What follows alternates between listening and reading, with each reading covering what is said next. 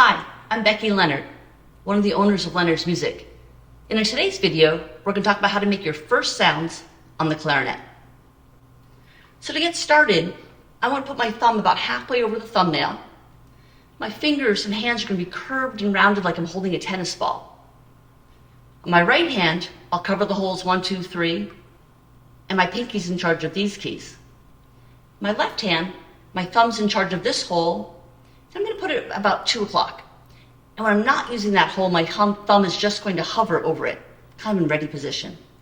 My fingers on my left hand, 1, 2, 3 on the holes, and this pinky's in charge of these keys.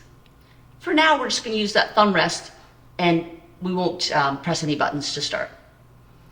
The shape that we put our face in, we call that our embouchure. And it's really important to get the best sound out of the clarinet that we use a good embouchure. You may want to use a mirror when you're practicing making your embouchure. You can think about smiling, and that'll give you a clarinet chin, as if there's a shelf. And then while I'm smiling, I'm going to blow out a candle. I want all the pressure to come from the corners of my mouth against the mouthpiece, not up and down. The distance between the reed and the mouthpiece is very small.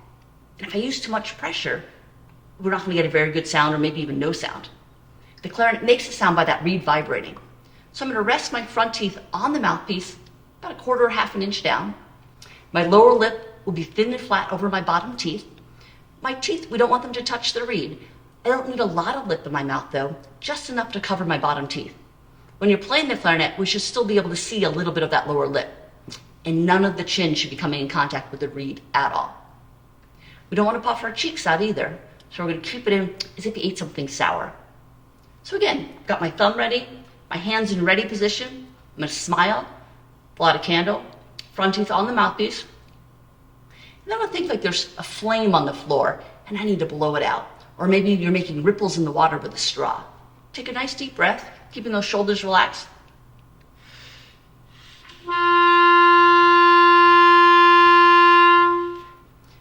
And don't be surprised if it doesn't make a sound right off. It takes a little while to figure out just that right quantity of firmness without biting and pushing lots of air.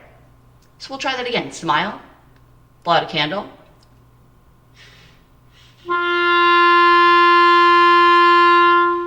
And once you feel comfortable with that, you can start adding some fingers. I'll start with my thumb.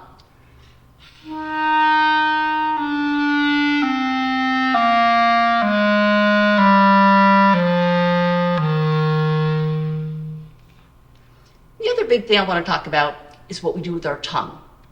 Just below the tip of our tongue, touches just below the tip of the reed, and that's how we articulate, how we separate the sounds.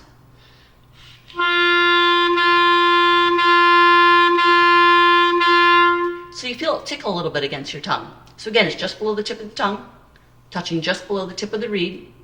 And as I'm blowing, I don't stop the air. I'm blowing one constant push of air, and then my tongue does the rest.